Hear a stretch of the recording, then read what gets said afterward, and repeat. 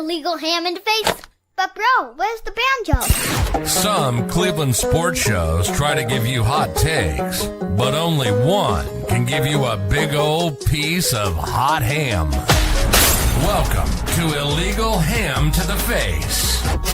Talking all Cleveland sports. And don't forget our Fat Boy Tuesday, where we also ham it up with some fun food topics. Without further ado, let's serve up some ham. Here are the Ham Boys, Fatty, and Big Bry. What's going on, everybody? Welcome on into Illegal Ham to the Face. I am Jared Fatty Bates. He is Big Bry with a Coors Light. Nice. Little silver bullet action tonight, bud. I got those, and I got one left of this Great Lakes Easy Bucket Blonde Ale. So they're good. Those are the Cavs, ode to the Cavs. So I was gonna actually, the better deal was these 16-ounce Coors Light, 12-pack maybe, something like that. But it had Ohio State stuff all over it. So can't go that. I did make the mistake and do that one other time, but I just poured it into a glass. But yeah, I can't do that. But I'm sure we'll get into the Buckeyes. We will. We're doing a strip down show today because we got a lot to talk about because we missed last week, and I apologize for that. Me and my family were all of us were under the weather. Was not feeling good, but I want to wish everybody. I hope everybody had a Merry Christmas. Hope everybody had a Happy New Year. Brian, we sorted. Well, New Year's Eve was kind of interesting, but we'll get into that here in a little bit.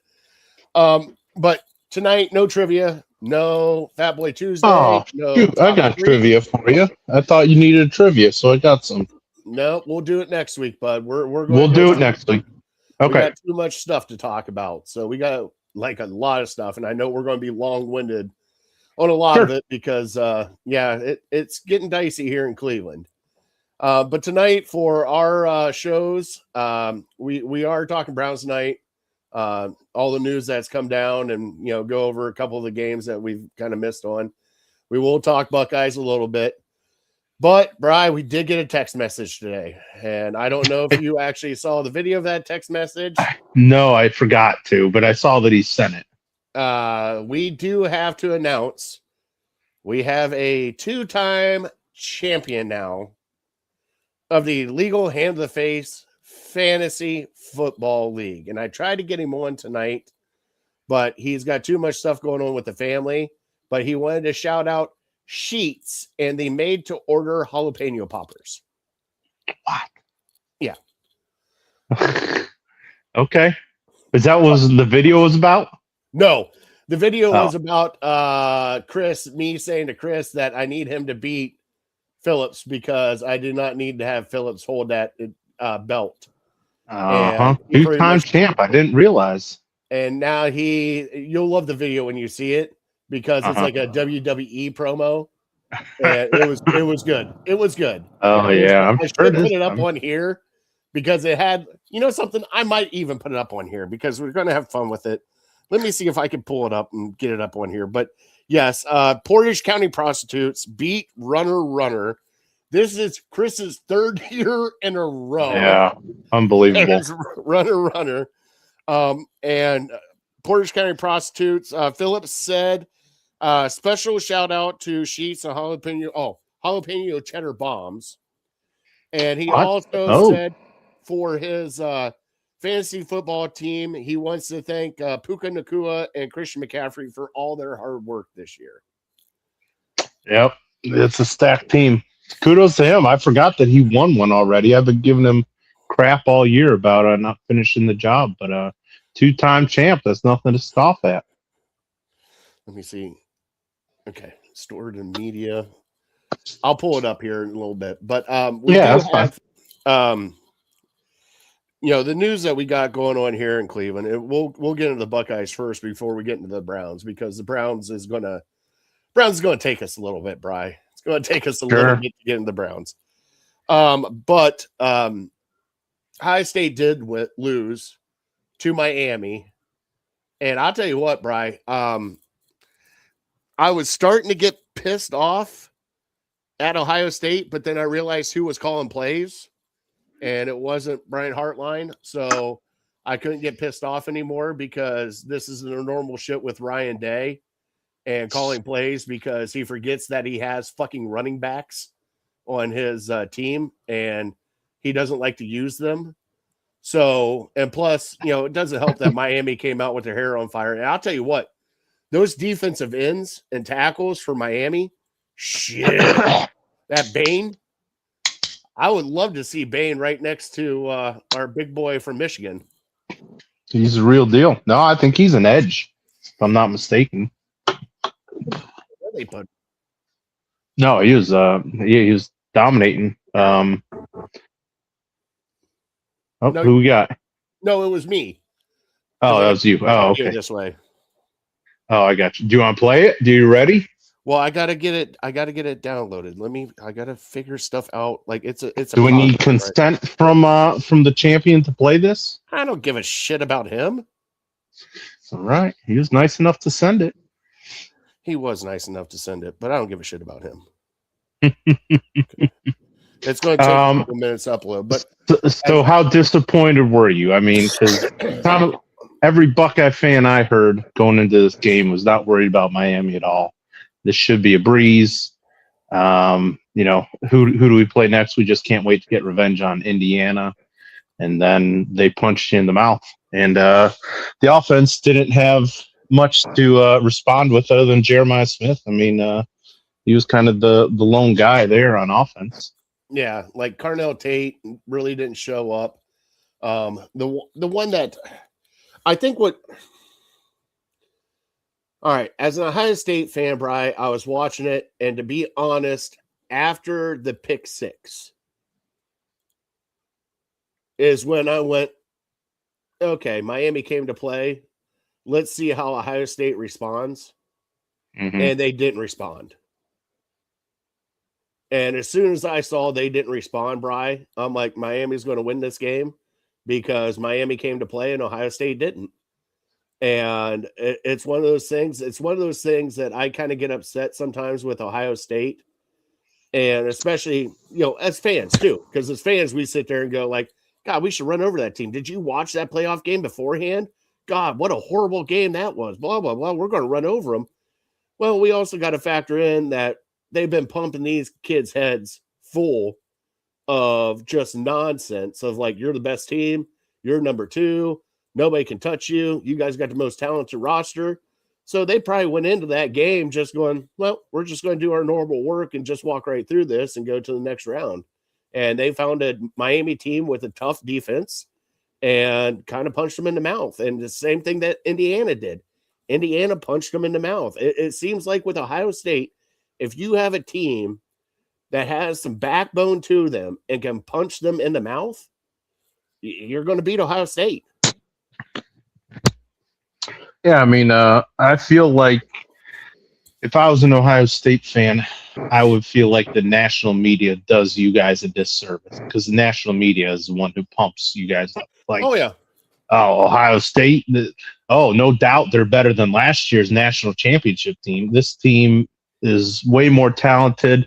This could be one of the best teams we've ever seen, kind of stuff we've been hearing going into these last few games. And yeah, who did they really beat this year other than Texas? I mean, Texas, go look at their first 6 games or something. Texas was pretty average. And then, Arch started to figure it out a little bit.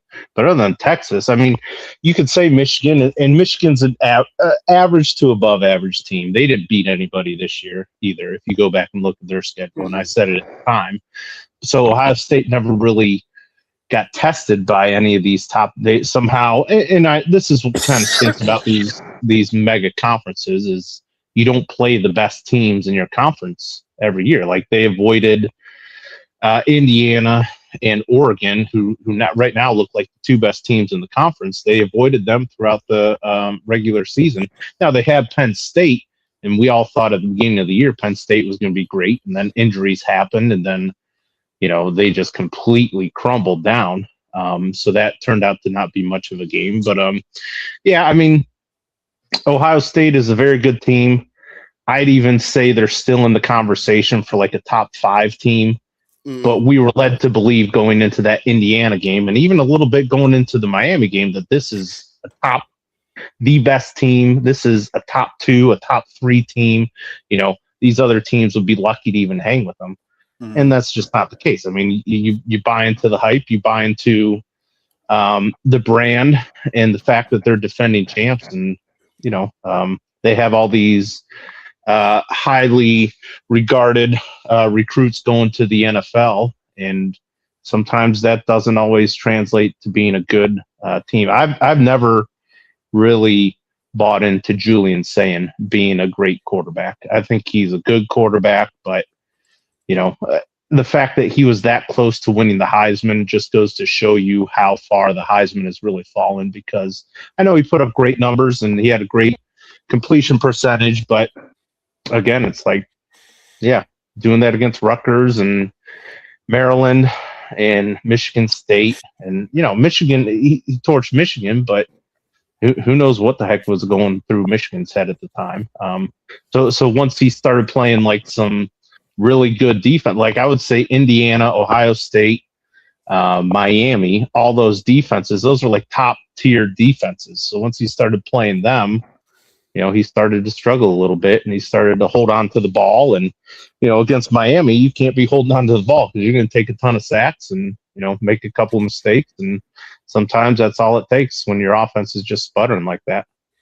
Yeah. And like I said, I just, Ryan Day and his play calling, I don't like it. Yeah, but Brian Hartline didn't do much against Indiana either. No. And I get that. But at least with that game, though, we tried to run the ball. It felt like he did not want to run the ball at all against Miami and tried to do the flash and pass all the time. Like the second half, they came out and ran the ball, Bry, and got it down there. And then it was like, okay, we're not going to run anymore. We're going to try this, try to pass it again. I'm like, what are you doing? Like, I don't remember, like, we have 3 running backs. I know they're not Judkins. I know they're not Henderson. I know they're not Carlos Hyde. Go down the list of Ohio State running backs. I know they're not, but you can't even trust them on a 4th and 1. And you're trying to do a quick pass. Like, what the fuck are you doing? But I agree with you that. Well, I agree with you that they should have run the ball more. But at the same time, what would have been said if they lose, he's damned if he does, he's damned if he doesn't. What do we hear about the Michigan game? You ran the ball too much last year. You didn't throw to number 4 enough. And so now they throw to number 4 a bunch. And now, you're not running. So you need that balance between, especially when you're going against good defenses. You can't just be one-dimensional. And, Ohio State, to their credit, they look like they had a running game, but they've fallen in love with these wide receivers. And up until last year, it hasn't gotten them much other than bragging rights on the NFL draft night and fantasy football drafts. Justice said Ryan Day is the John Cooper of this generation. Yeah. Buckeye fans are really flip-flopping now. What would he have said 2 weeks ago before the Indiana game? He's the greatest back-to-back coach. Trust never did it. Urban never did it. And now he loses 2 games, and now he's John Cooper. God, I'm telling you, it's funny. It's funny from my standpoint to watch Buckeye fans. Like, everybody was all in on Carnell Tate to the Browns, top 5 pick, lock it down. And then he has a subpar game. And now everyone's like, get Caleb Downs, draft Caleb Downs. We don't want Carnell Tate. It's like, it's just quick how quickly they flip. Oh, yeah. Oh, well, that's everybody's fan base. I mean, how excited are you about the Kyle Whittingham coming to save the Michigan program for what, 2 years before he retires? I heard he's only a couple years older than, I think he's 2 years older than Signetti. He's 70 some odd years old, man. I'll bet you $20 he's not 70. Oh, he's close to it. He's 66 or 68, something like that. But I'm telling you, he's only 2 years old. He's only 2 years older than Signetti. So he's 66 years old. So there you go.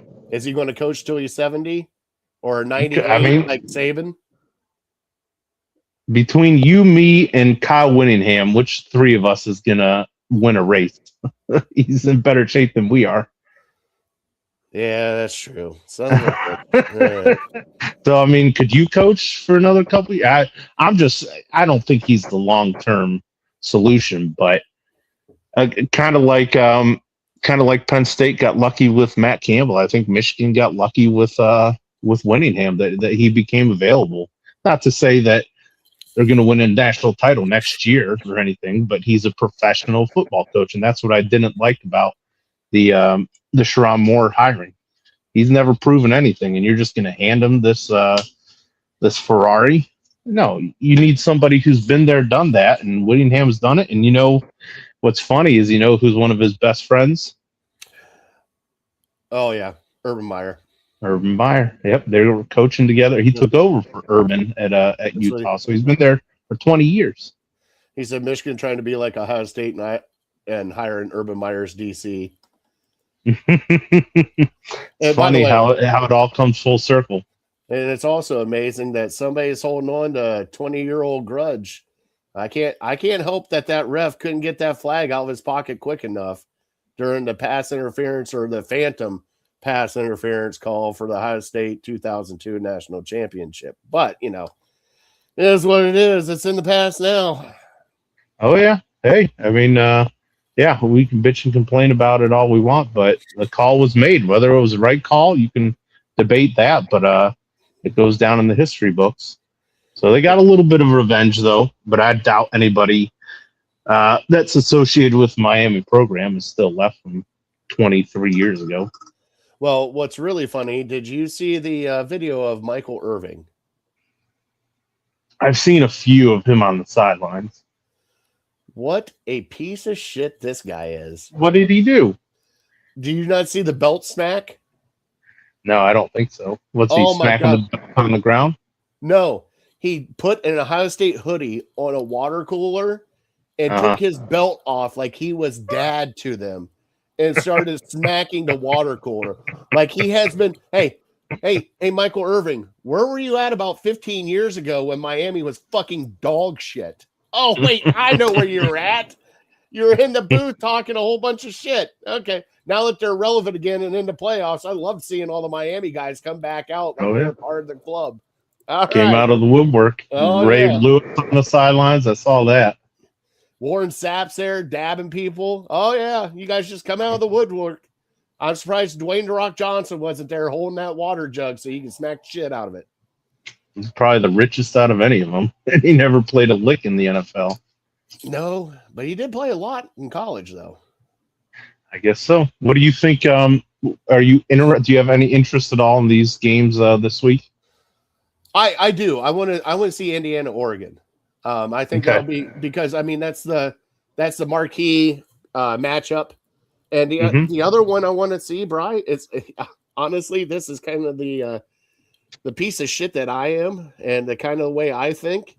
I want to see Ole Miss win it all, just so Lane Kiffin looks like a piece of shit. Wouldn't that be something? Yeah. Even though I don't want to, though, because you realize how much he's getting paid per game now. They're paying him every win is a $500,000 check going to Lane Kiffin. Ridiculous. Yeah, he should give that back to the school or let the charity pick. He's got enough money. Do you know why? Why is that? Because he offered to coach the team throughout the playoff, and Ole Miss said, no, go ahead. So Ole Miss is on the hook for the rest of his contract incentives because he offered to actually coach so every win that they've gotten so far in the playoffs is $500,000, and if they win the national championship, I think it's $1.5 million to Lane Kiffin for him not to coach. Jeez, yeah, like that guy needs more money. Yeah, good for them. That's what I would have said too. Yeah, you don't want to be here. We don't want you here. I mean, are you excited to watch Oregon and Indiana? Oh, absolutely. I think that's the marquee matchup. You got the top two potential quarterbacks in the draft playing against each other. Their first matchup was pretty epic. I think Indiana ended up winning by 10. But yeah, I expect it to be a fun game to watch. So I'm very interested in it, and I'm pulling for Indiana. Indiana and Ole Miss, like you said, I'm with you.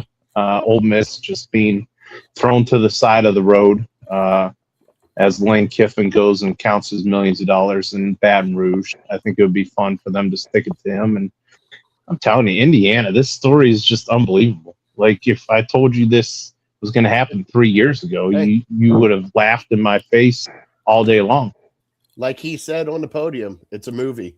Seriously, it is a movie Yeah. ready to be made. And the one thing I do love about the story behind Indiana is, like he said, when he walked into the locker room in the facilities, he said it was like I was back in 1985. He said we had to update so much stuff. He goes, like my office, it felt like it was in the 70s. He goes, they were so stuck in the past and not the future that, and hey, more power to him. I mean, God, what a great coach. I mean, hey, Bri, would you want him to come to Cleveland?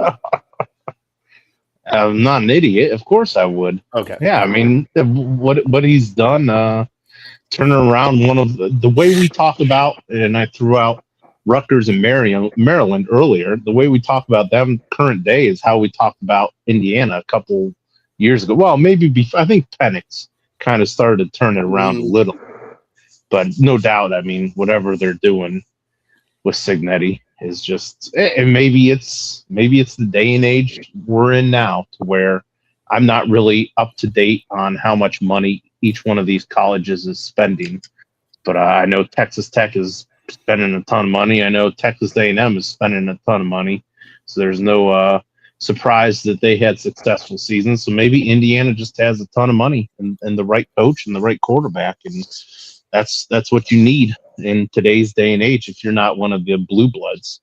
So yeah, to see them finish it off, I think it would be great for college football.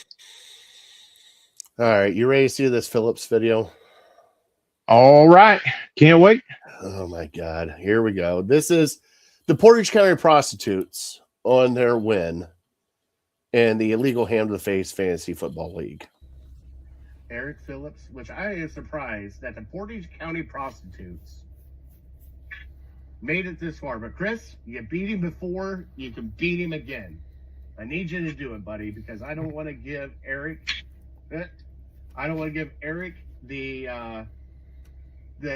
pride of holding that belt, especially the way he's been this year. So, all right, so let's get into have some fun. How? Wait a minute. You didn't think I'd be there? I went 11-0 to start the season. Huh. I got arguably the best team ever drafted. Are you kidding me? Look at the results. I'm gonna come and get that belt. I want it so bad. That is Big Boy Phillips. Feel like I got to go get it and bring it into frame now. I got to enjoy these last few days with it. Yeah, we're going to have to hand it over to him. So he gets to do the new wrinkle next year for the Illegal Ham to the Face Fantasy Football League. All right. Our first two-time winner. So see what he has in store for us. But I know he's excited to get his hands on the belt. I asked him if he was going to come in like Macho Man Randy Savage. He said he might. But I figured the right before the new fantasy football season, we'll have him on, and he could showcase the belt and talk some shit to everybody else before we start the new season. All right, Bri. Yeah. All right, you ready to talk some Cleveland Browns? Yes, sir. Let me play the Cleveland headline sounder.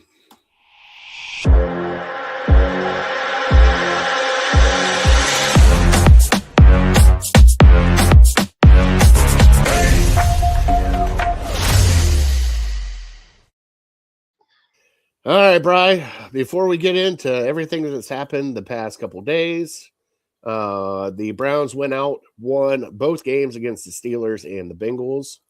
To finish out the season, Myles Garrett is now the career single season sack holder at 23.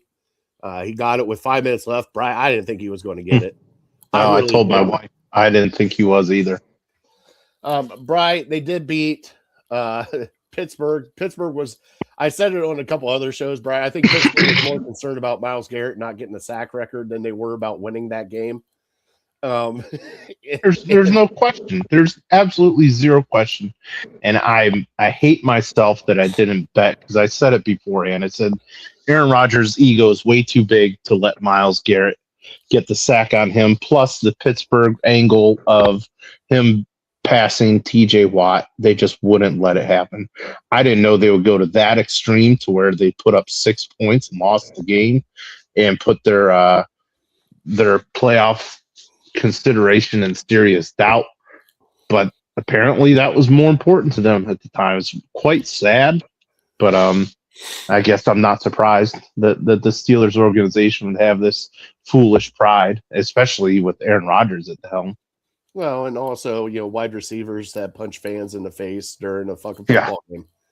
Yeah. The arrogance is just ridiculous. They thought that they could just have that crappy game plan and just win the game and not even really try an offense, even without Metcalf. And they got what they deserved. It just ticks me off that we hurt our draft position and they still got into the playoffs.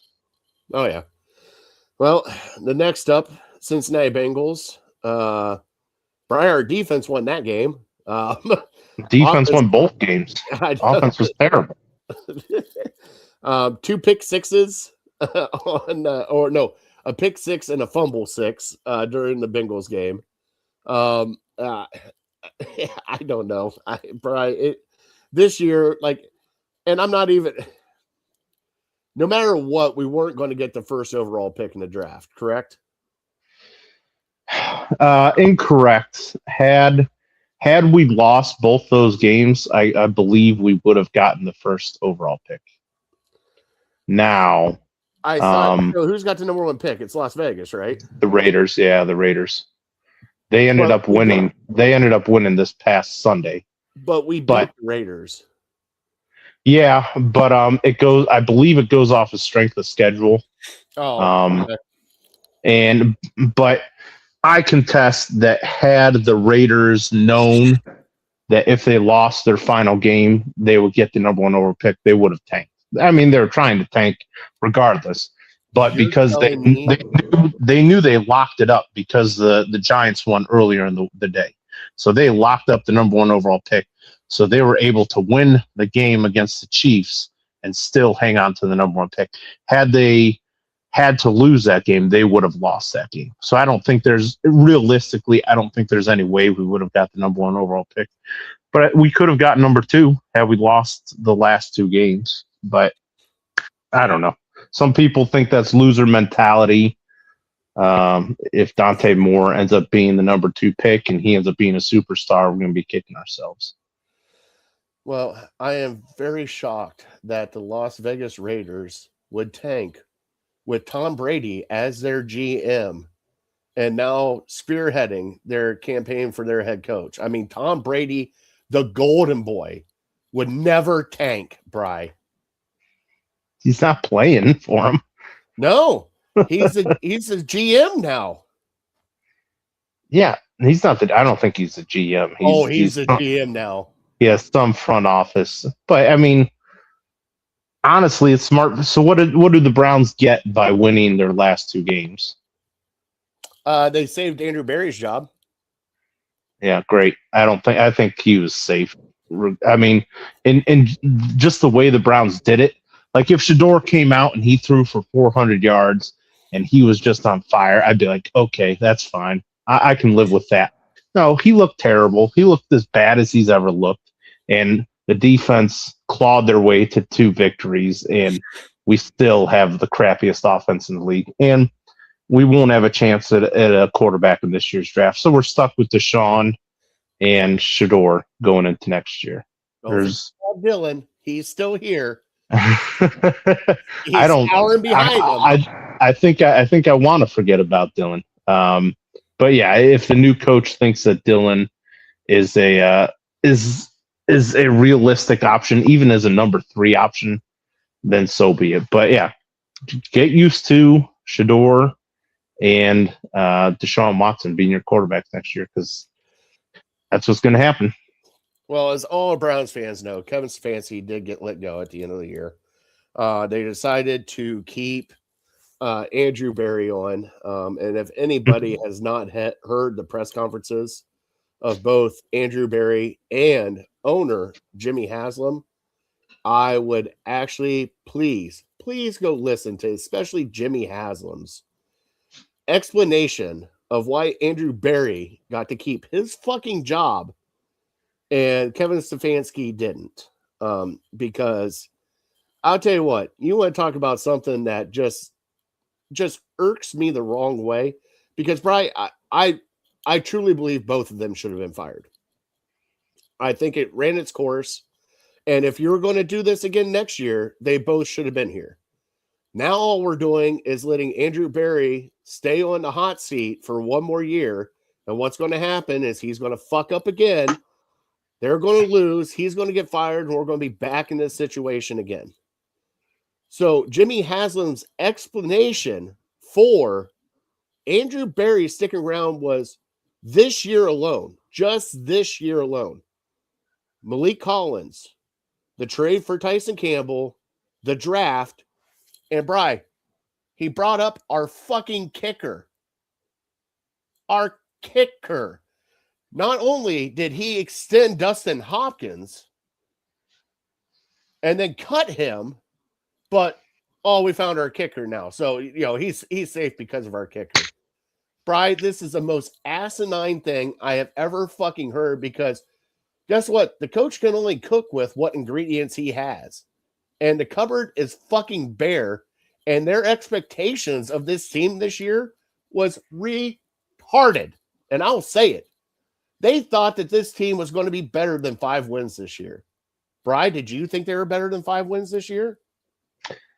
Absolutely not. I think I picked them for 7, to be fair. But that's just because I thought, maybe Joe Flacco plays the whole year and they can win 7. No, I knew it was good. I mean, look at our quarterback.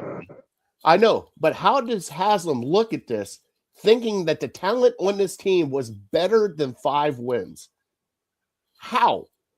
He is absolutely oblivious of what's going on.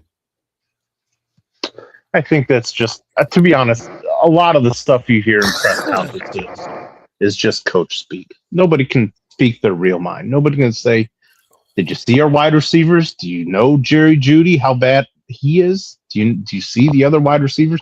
We're playing with a rookie quarterback, a 3rd and a 5th rounder. What did you expect? Yeah, they can't say that stuff. We had Kenny freaking Pickett. You thought we were going to win 7 games? Of course not. No. So, but yeah, you had to get rid of Kevin Stefanski, because if you didn't, it's just going to be I know it's just going to be the same thing next year, because we're in basically the same position. There's no quarterback you can draft that's going to come in and save your franchise. We don't have a ton of money to go out and sign a Sam Darnold that can come in and save our franchise. So you're stuck again. You're going to have a really good defense next year. Hopefully you get some playmakers on offense, but more than likely, it's just going to be a moderate improvement. And, before we get too far in, I just want to say that you brought up the kicker, and to be fair to him, Andre Schmidt, what a great story from blowing the kick in week 1 to the game-winning kick. And it was not a chip shot. What was it? A 49-yarder, 49-yarder. The guy in Baltimore missed a 44-yarder. So he's a rookie. He hit a game winner to win a game for a team that doesn't win many games. And he was lights out this year. He was everything we could have asked for. So kudos to him. He was awesome. But yeah, I mean, kickers, as we know from Dustin Hopkins, can be great one year and terrible the next year. Yeah. So, and the thing that got me upset was the way that Jimmy talked about him. Like, he's going to be like the next Phil Dawson. He's going to be here. I'm like, watch this kid now with all this pressure, just go out and just suck the entire year next year. I'm like, man, Jimmy, don't you look like an idiot? Right. That's another thing. The biggest thing for kickers is the pressure kicks. He had 0. I mean, yes, if you want to call the Bengals a pressure kick, then yes, he had 1 pressure kick. But other than that, you're kicking for a 3 or 4 win team. it doesn't really matter. I mean, I know you want to keep your job, but it's not like you're kicking for the division on Sunday Night Football like the Baltimore guy.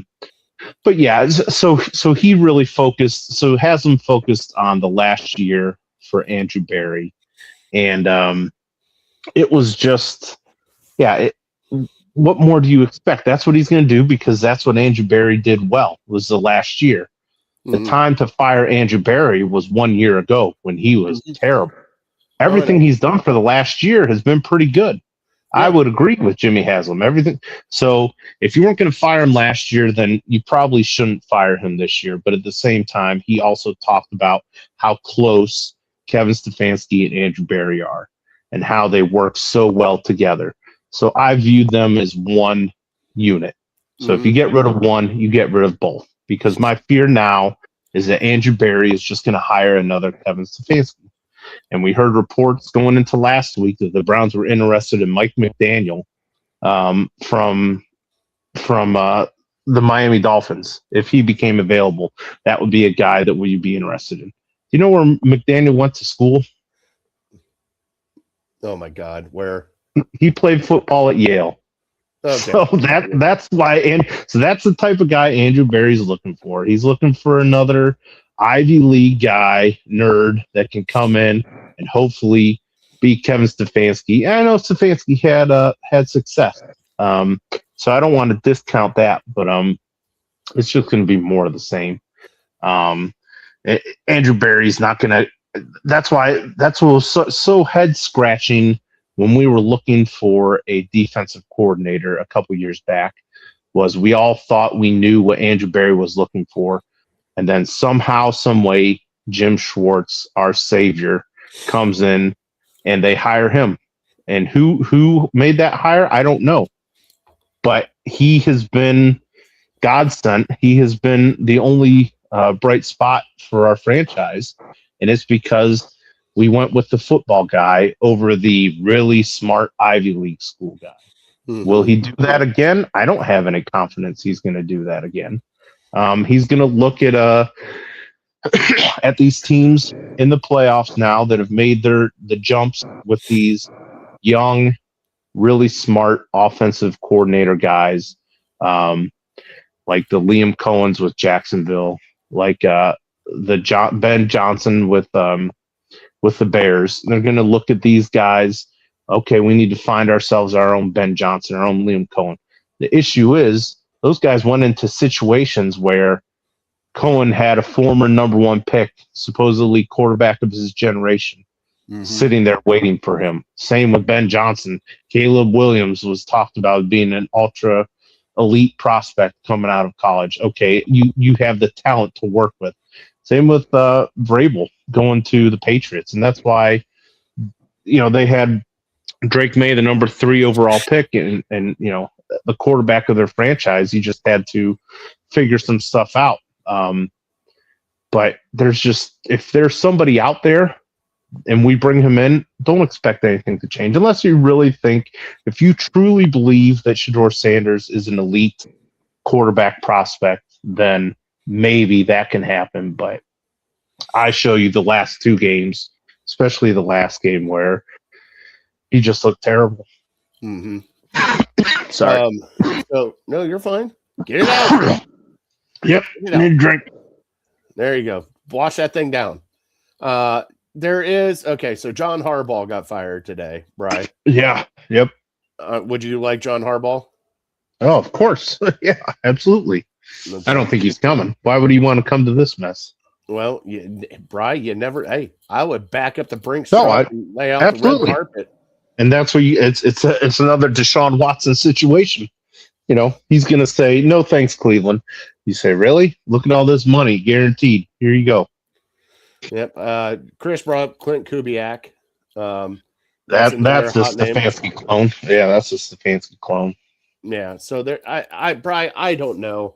I think I'm more upset that they both didn't go than just Stefanski going. I think that's what's killing me right now, because if you look at the track record, like, they're both, like you said, they've been always lockstep together. They're thought partners. They're this, they're that. who's the one that actually went out and wanted Deshaun Watson that blew up? That's now becoming the worst trade in NFL history. So much is made of that. I don't think enough is made of who wanted Dylan Gabriel. And I don't understand it's a third round pick, but it was a terrible third round pick. Like, why don't we ever talk about who drafted? Whose idea was that? You didn't hear Andrew Berry's press conference, did you? Not all of it, no. Did he take responsibility for it? No. They brought up about the 4 quarterbacks coming into training camp. And why 4 quarterbacks? And he goes, well, most teams bring in 4 quarterbacks. No, Andrew Berry. They bring in 2. Hold on. Listen to me. They bring in 2 quarterbacks that are trying for the starting job, a camp arm, and possibly another backup quarterback. You had 4 fucking quarterbacks trying to go out for the starting job. It was an open competition with 4 fucking quarterbacks. And all of them was a 42, a Kenny Pickett, a Dylan Gabriel, a 5'4" Dylan Gabriel, and Shedeur Sanders, a 5th round pick. What did you think was going to happen with that? And you're the one that organized that mess. You're the one that brought them all in. You started out with Kenny Pickett in a trade. Yeah, they had no plan. I mean, that's what that tells you right there. They're just throwing a bunch of crap at the wall and hoping that something stuck. And guess what? The problem is you can only play one quarterback at a time. I know, and that's the GM is the one that has to have the plan set up for everybody. He's the one in charge of, like, these are the guys I brought in. These are the guys that should be playing. Not going, okay, well, why isn't he playing? Well, he's not ready. What do you mean he's not ready? He's a rookie. He's not ready. That's what the fight was over with Flacco and Dylan Gabriel. They wanted the rookies to start way too soon. Obviously, they were not ready to start the NFL. Well, we talked at the time. You're going to be drafting a quarterback in the first round of the 2026 draft. So you have to find out what you have in these rookies. And so hold on. Are they now they're not. No. At the time, at the start of the season, we thought there's going to be 4, maybe 5 really good quarterbacks in this draft. Turns out there might be 2, and you're not going to get either one of them. So the landscape has changed over the last 4 or 5 months. So yeah, they're screwed. Again, they're screwed. Again, going into this offseason, he's not going to have a plan. I'm telling you right now, he's not going to have a plan. We're going to hope that Shedeur Sanders makes a big jump from year 1 to year 2. We're going to hope that Deshaun Watson can get back to form with the Houston Texans. And yeah, nobody's going to want to get excited about it unless you really love Shedeur or you really love Deshaun. I'm probably higher than the average person on both those guys, but even I don't think either one of them is the answer at quarterback. I think in 365 days from today, we're going to be talking about how can we get a franchise quarterback again, even if these guys play, average, which at this point, I don't know if you want to call them average. I think that's a bit of a stretch, but I still think there's potential left for Shedeur, certainly. I still think there's potential with Deshaun, and I think he's, unfortunately, nobody's going to hear it, but I think he's right now, as we sit today, he's your most talented quarterback. Brian, God, nobody wants to hear that. Nobody wants to hear that. But the other thing is Andrew Berry's the one spearheading this coaching search. Right. So all these coach interviews, Shedeur is a guy that he picked. Deshaun Watson is a guy that he gave up everything to go get. He's going to try to find a guy that is going to be okay with having Shedeur and Deshaun Watson as a quarterback on this team. Because guess what, Bri? There's no other. They're going to come in. Coaches are going to come in and be like, hey, I don't want these guys. Well, you're not for us. Go away. All right, next coach is going to come in. Well, I don't want these guys. I don't think I can do anything with them. Well, you're not our coach. Go away. He's going to find a guy that wants Shedeur Sanders and or Deshaun Watson because, Brian, we're not getting another quarterback for, another year, 2? Well, so what I'll tell you is I don't think it'll even come to that. I think guys are going to take the interviews knowing that they're sandbagged with Shador Sanders and Deshaun Watson.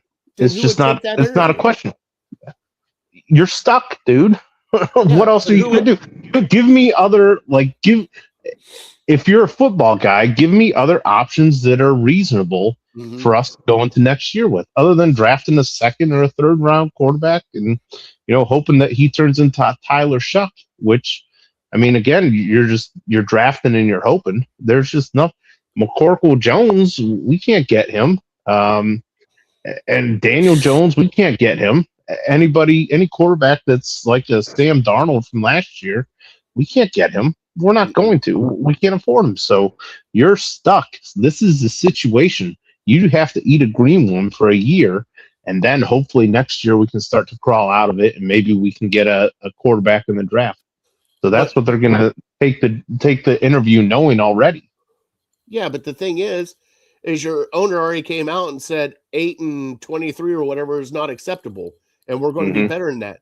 Do you expect him to be right now? Do you expect him to be better than that? He's lying to you. He's lying to you because what can he say? 8-23 is just, hey, we're just going to have to deal with another 5-1 season next year. Everybody go out there and start buying up these tickets. You're basically copy and paste next year. We're going to have really good defense. Our offense is going to be trash. Go buy these tickets up. Yeah, what do you expect them? I did love it when he got a little bit pissed off when they called him dysfunctional. The Browns organization. I loved it. I was like, oh, look at you get all fired up. You are dysfunctional. What the hell are you talking about? Look at this team. Look at this franchise. Like that, just the epitome of dysfunctional is sprinkled all over it. Well, and that's when he started to talk about how close and how intertwined. And I didn't watch it, but I listened to the interview or the press conference, and he said like Kevin and Andrew were like this or something. Mm-hmm. And that in my mind, I'm steaming. I'm like, if they're like this, then they're one unit. Get rid of both of them. Why are you keeping one around? You just made me more upset telling me that they're so close. Yeah, they share a mind. So you did not fix the problem. Well, you are just hoping that somebody else that's similar to Kevin Stefanski can fix this. That free agent pickup of Malik Collins and finding a kicker, Brian. It was great. It was great. I don't want to diminish that. That swung the pendulum all the way over for Andrew Berry keeping his job. Yeah, and like I said, Andrew Berry, if you just grade him based off the last 365 days, I don't know, because you have to weight the quarterback position more than any other position. If you look at Malik Collins, I agree. That was a great pickup.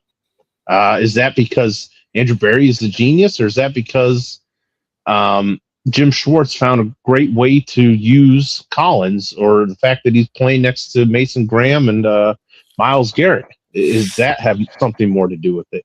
The trade that he made for Tyson Campbell, I agree. At the time, I thought was a smart trade. But did Jim Schwartz get the best out of him? I don't know. So he's had a good last year, but again, he has screwed up the quarterback position time and time again. He has screwed up the wide receiver position time and time again. He has screwed up the offensive line decisions time and time again. And those are the three biggest needs of this team. And you think magically he's just going to be able to figure it out this year. Maybe he will. It's still unclear. Do we have the 6th or the 7th pick? 6th. Okay, so we have the 6th pick. So if we go wide receiver there's a couple good ones. You got Tate, you got this Tyson kid, you got the kid from, I think, Lemon from USC. So there's 3 pretty good receivers. So you take one of them, it's going to be hard to screw that up. I mean, they're not going to have a quarterback. So he might get lucky there again. You and I can make that pick again. Andrew, so in rounds, hold my beer. We're going to trade down. Yeah. Well, trade down and maybe get one of those guys at 10 or something like that. That's why this past year, like Mason Graham, that I'd said a couple weeks ago, that was an easy pick. You're picking a guy in the top 10, unless he's terrible and you're just a complete dummy, especially a defensive tackle.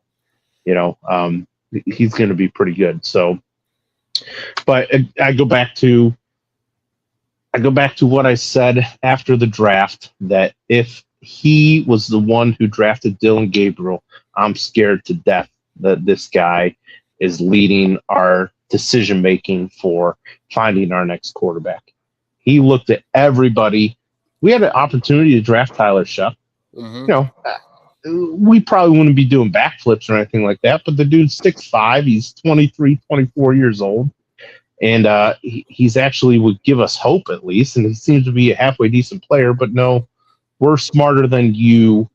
We're going to take a running back.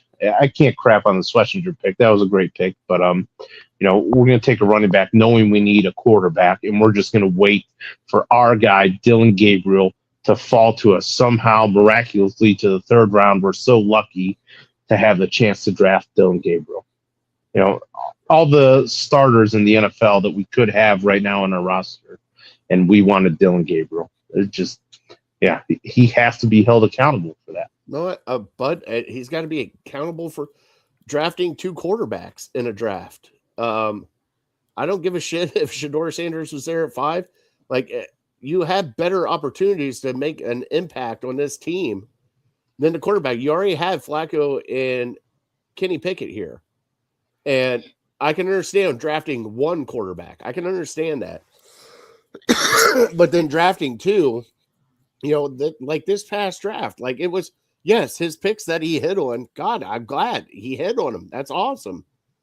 But there's so many other gaping holes here that you could have found an offensive lineman, somebody to plug in the gap. I mean, we just might have watched, Brian, let's just be honest, we might have watched Joe Petonio's last snap as a Cleveland Brown. Absolutely. We did watch Wyatt Teller's last snap as a Cleveland Brown. So right there's 2 people in the offensive line gone. Well, I would say I think Wyatt Teller is the only starter that we have at bringing back. I guess I'll take that back because I think DeJuan Jones is on a rookie contract for another couple years, so maybe you can still use him somewhere. But yeah, Conklin's gone. Unfortunately, Posick was most likely gone anyways.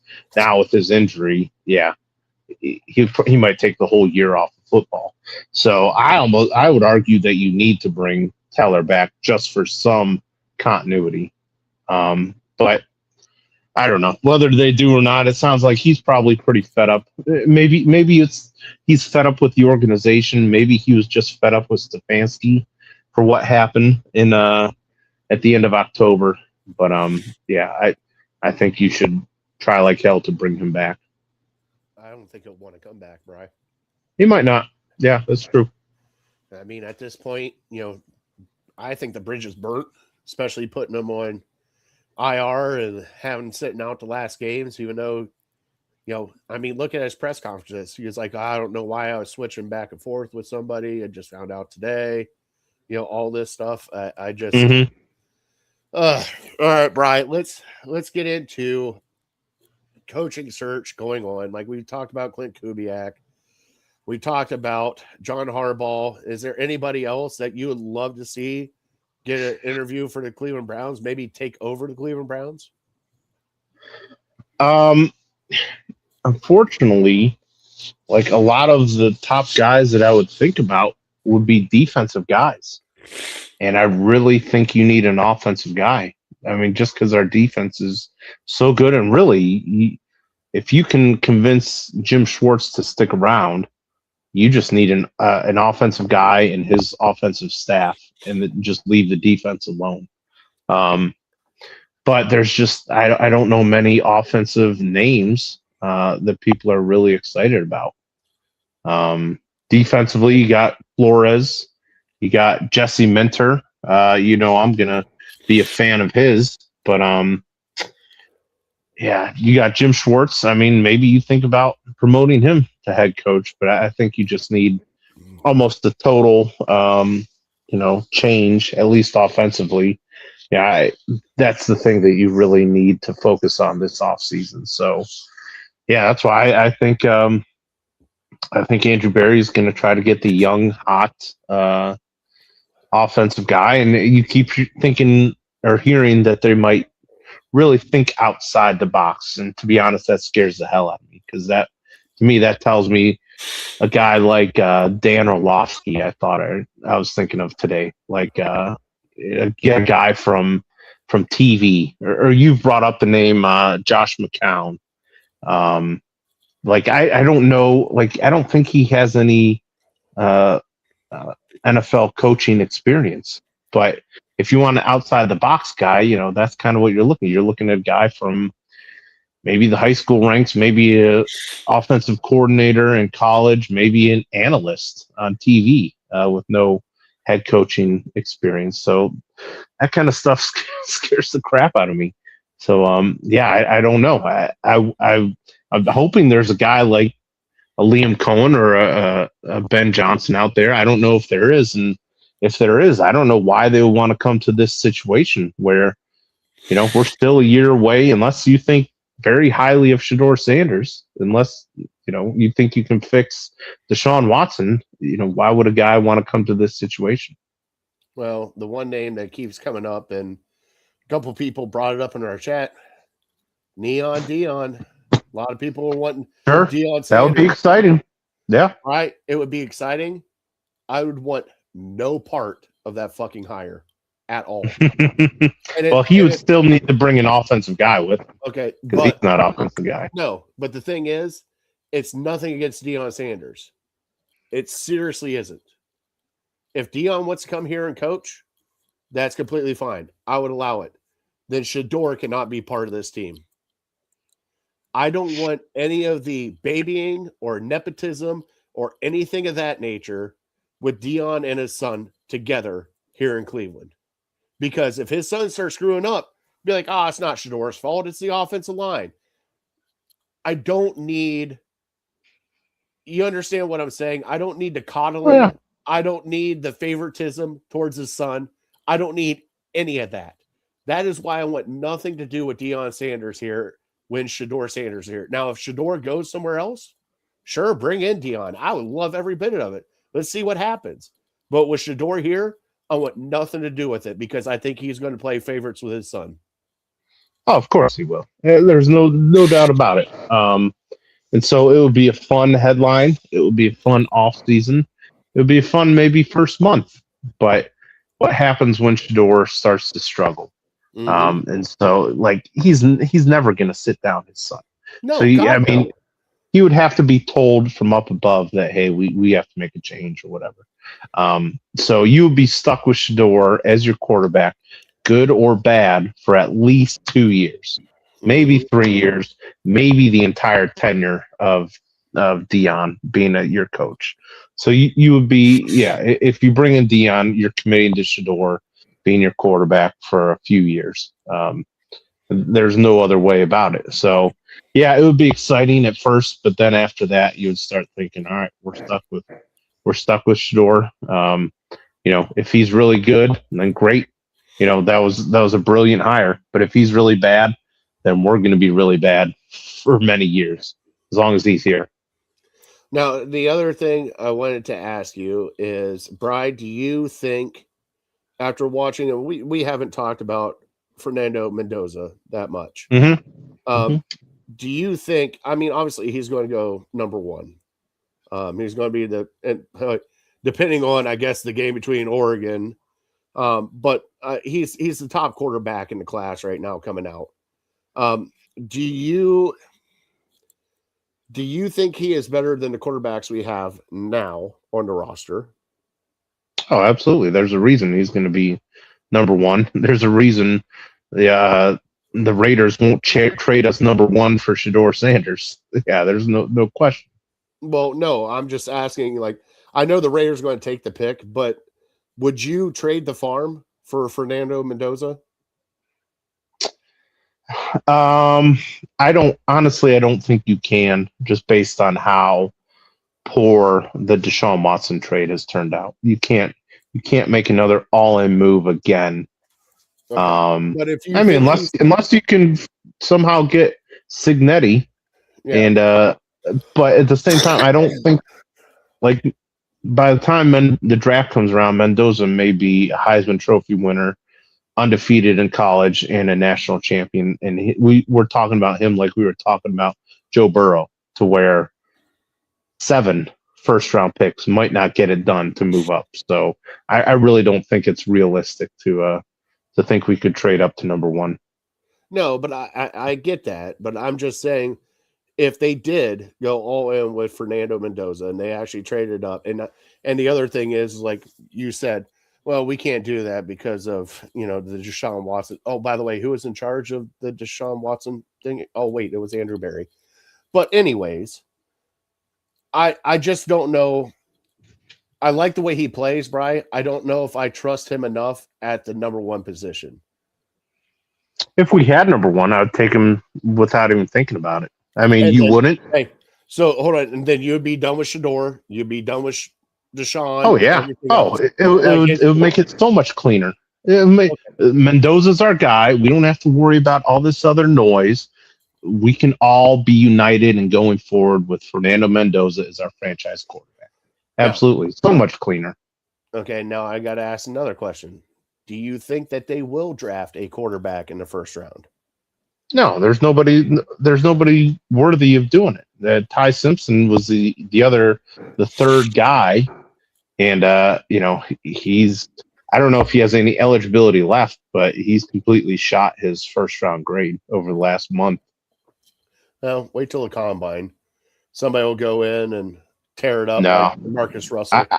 I'd be surprised. I couldn't even give you a name on, and it's still unclear if Moore is going to come out, and there's a chance Moore tears it up over the next 2 games and he's the number 1 pick. I think he's number 1 on Mel Kiper's board. So I'm not saying it's a foregone conclusion that Mendoza is going to be number 1. I still think it can be figured out between the 2 of them. But after those 2, those if Moore comes out, those 2 are going 1-2, and it's going to the Raiders and the Jets. I'd be shocked if anybody else traded up to get him.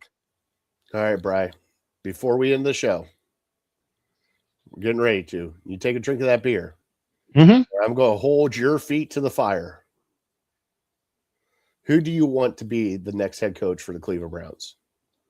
Who does Big Bri want as the head coach of the Cleveland Browns in 2026?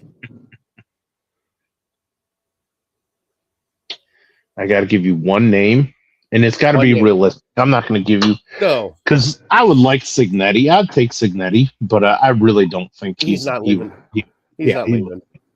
Just like, let me say something else, and it's been a topic over the last year. Like, how could the Browns let Mike Vrabel leave the building? Mike Vrabel wasn't going to fucking be here anyways. No. You tell me Mike Vrabel could choose between this mess and the team that he played for with the number 3 overall pick, Drake May, who had tons of potential at the time. He could go do that, but he would stay in Cleveland, and no, there's no chance. No. We had a 0% chance of getting Mike Vrabel unless we paid him $100 million. Maybe he would consider it, but he still probably would go to and it was the right choice. Look at the success he's having there. So the narrative that we chose Stefanski over Vrabel is a whole lot of hogwash. There's zero truth to it. Or we let Vrabel walk out the door. You had your head coach here, you let him walk out the door. By the way, he wasn't a coach. He was a special assistant to the team. Yeah. Well, and I think we're going to have to prepare ourselves because there's going to be a lot of reports about the Browns interviewing this candidate, interviewing that candidate. There's going to be a couple guys that the Browns will not interview that were like, are you stupid? Why are the Browns not interviewing this guy? It's probably because he told you, no, I don't want to come to Cleveland. I'm not going to take your interview and waste my time. But that's never going to come out. It's just going to be like the Browns never interviewed John Harbaugh. Well, John Harbaugh said no to the Browns. So that's why we never we wanted to interview him. We want to interview all the top candidates.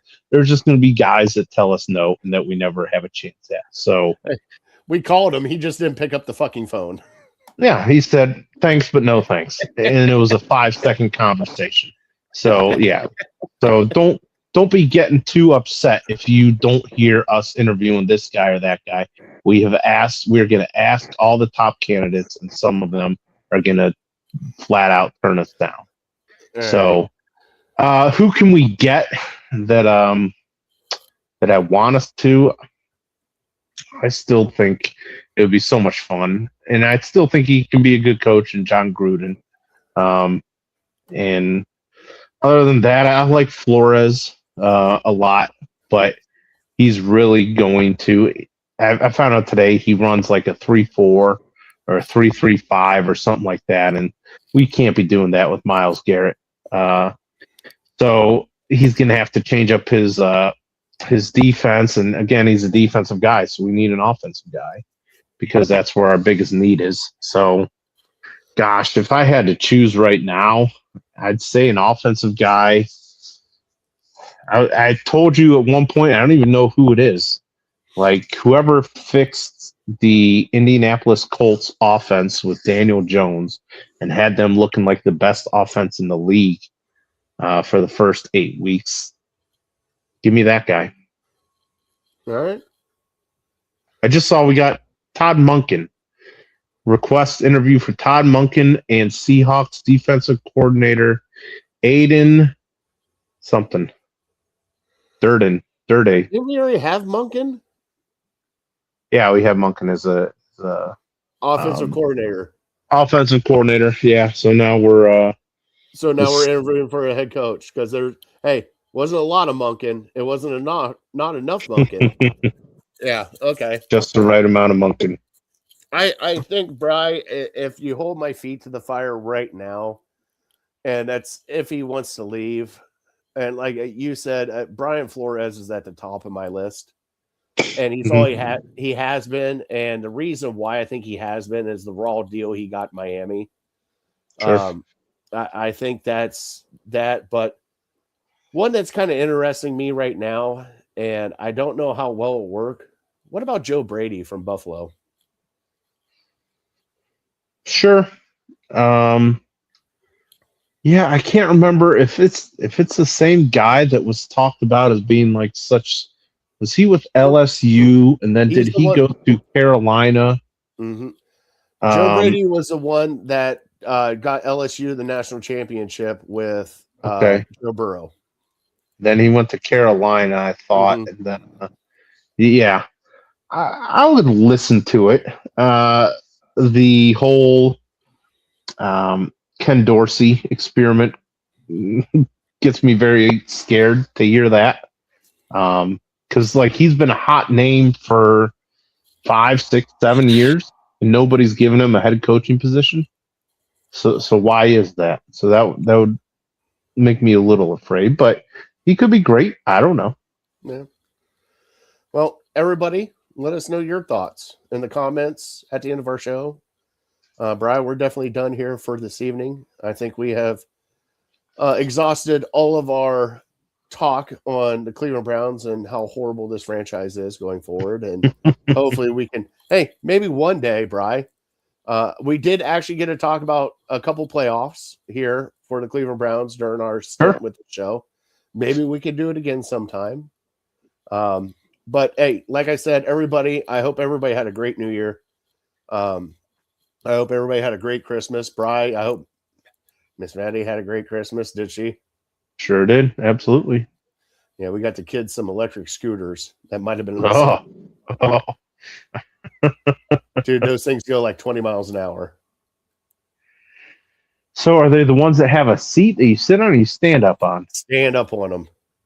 Oh, yeah. Have they been able to take them out up and down the street with the snow?